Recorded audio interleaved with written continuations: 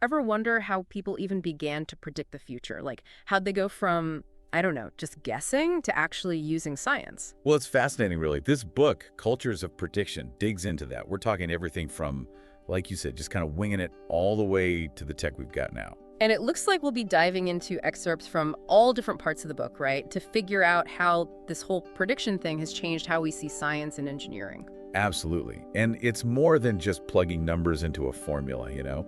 This book shows how complex and honestly kind of messy the whole thing really is. It's about the tools, for sure, but also how those tools changed our thinking. So where do we even begin with something like that? Let's rewind way back. Imagine the 16th century, no fancy computers, right? And there's this mathematician, Niccolo Tartaglia, wrestling with what seems like an impossible problem. How to predict where a cannonball is going to land. Whoa, way back. I can barely predict what I'll have for dinner tonight, let alone a cannonball from what, 500 years ago? How do you even start? He was trying to bring, actual science to the battlefield. You know, he called it a science of ballistics. Gunners, they had a knack for it, but Tartaglia wanted consistency. So he's combining geometry, looking at angles, distances, the whole bit, trying to build a system. So he was really mixing that theoretical math with the actual practical stuff. Did he invent new math to make it work? Not totally new math, but he pushed what was known way further. Even designed this tool called the squadra to help those gunners. But think about it. He couldn't exactly factor in every little thing. Air resistance, different gunpowder. Predictions back then, not always spot on. Makes sense. So if he wasn't always right, was it a total bust? Not at all. Tartaglia proved you could approach this scientifically. He opened the door for others to come along and refine things. It shows how we get better at prediction, even acknowledging when we don't have all the answers yet. So even back then, they were hitting those limits of what they could really understand, right? Did that keep happening as science and engineering moved forward? Oh, absolutely. Jump ahead a few centuries, late 1800s, engineering's booming, new materials, complex math models, and this is where it gets interesting.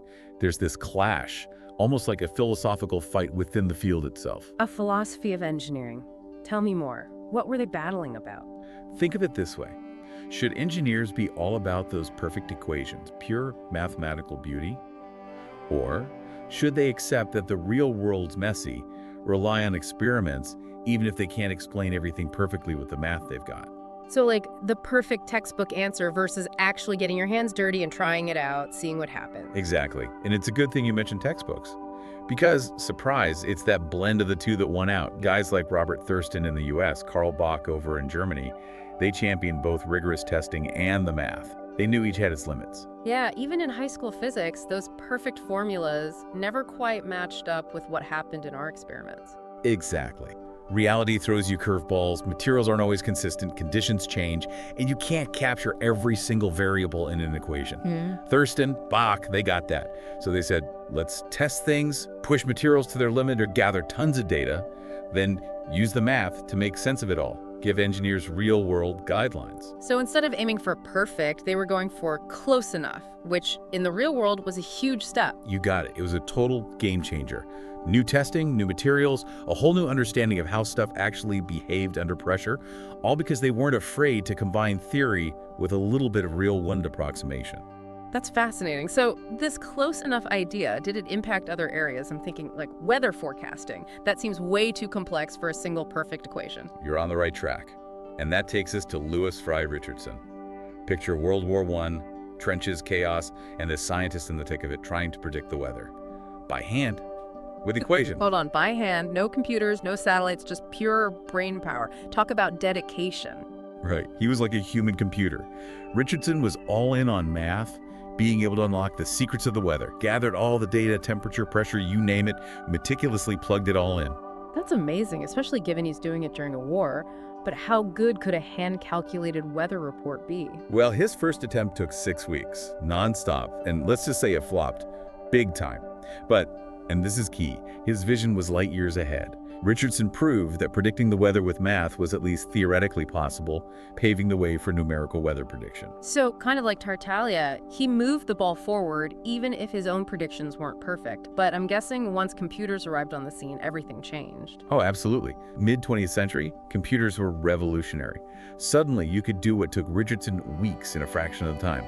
Weather forecasting, engineering, even stuff like economics and traffic flow predicting complex systems went from impossible to, well, at least within reach. It's mind-blowing how much changed in such a short time.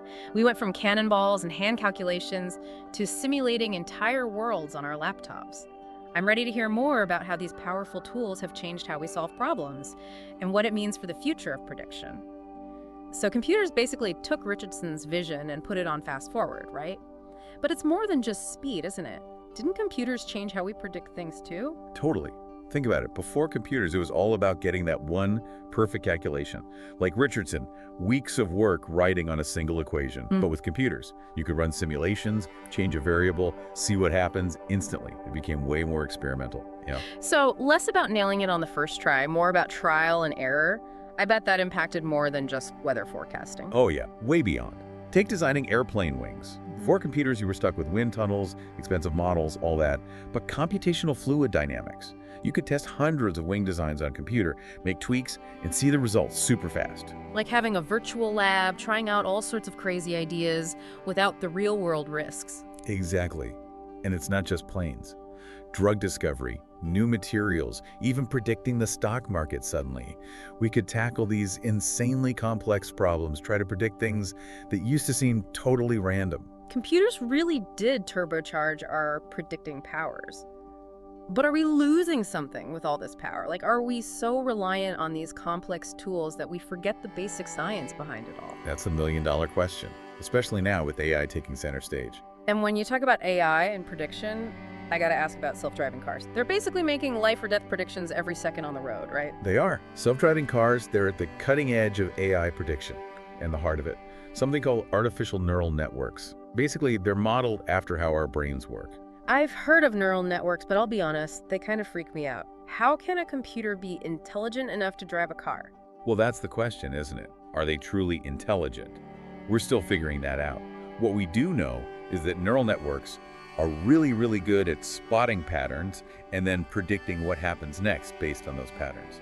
For self-driving cars, that means feeding them massive amounts of data images, sensor readings, driving scenarios, you name it. So it's like teaching a computer to see the road, react to other cars, make decisions just like a human. Exactly. And the more data it gets, the better it becomes. It picks up on these tiny details, learns to predict things like how a pedestrian might move or when traffic is about to get bad. It's kind of creepy, right? Yeah. But also amazing. But are these super advanced AI systems ever wrong? What are their limits?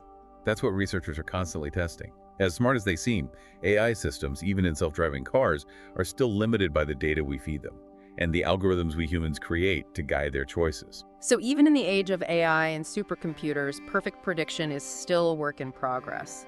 Are there any areas where, surprisingly, we're still really bad at predicting things? Oh, definitely. And one might surprise you. Earthquakes. Really? I would have thought that with all our tech, we'd be able to predict earthquakes by now. It's a common misconception. We've gotten good at understanding what causes earthquakes, the whole plate tectonics thing, but predicting when and where a big one will hit, still a huge mystery. But why is that so much harder than predicting the weather? We've gotten pretty good at that. Think about it. We can see the weather, right? Satellites, sensors, all that data constantly updating, but earthquakes, they happen miles underground. We can't easily monitor what's happening down there. So it's not as simple as just throwing a supercomputer at the problem. Not even close. Don't get me wrong, computers help us analyze the data we do have. But the Earth's crust is unbelievably complex. There are so many factors involved, and we can only directly observe a tiny fraction of what's going on down there. That makes earthquake prediction one of the biggest scientific puzzles we're still trying to solve. It's wild to think that even with all our fancy technology, something like an earthquake can still catch us off guard. It's like a reminder that perfect prediction is still kind of a pipe dream, right? Yeah, it definitely keeps us humble. And, as our tools get even more powerful, it's easy to forget that they are just tools. They can give us good guesses, probabilities, but especially with something as complex as, well, the entire planet, or even just how people behave, there's always going to be that element of, we don't know. Right, we can't just take what the computer spits out as gospel. We've got to be skeptical, think critically. 100%. It's like walking a tightrope, We want to use these amazing tools, but not get so caught up that we think we've got it all figured out. Because as we've seen today, looking back at all these different ways people have tried to predict the future, It's just as much about understanding what we don't know as it is about what we do. This deep dive into cultures of prediction has been a wild ride. I mean, who knew there was so much to learn about predicting the future, right? From those first cannonballs to AI, it's clear that trying to figure out what happens next, it's a huge part of how we make sense of the world. Totally agree. And as we keep developing even more powerful tools, we got to remember the lessons learned by everyone who came before us. They were wrestling with these same questions, what can we know? How much of it is uncertain? What does it even mean to predict something? Those are still the big ones we're grappling with today. You've given us a lot to think about, that's for sure. And to our listeners, if you want to explore this stuff more, Cultures of Prediction is the place to go. Thanks so much for this fascinating chat. And until next time, keep those brains buzzing.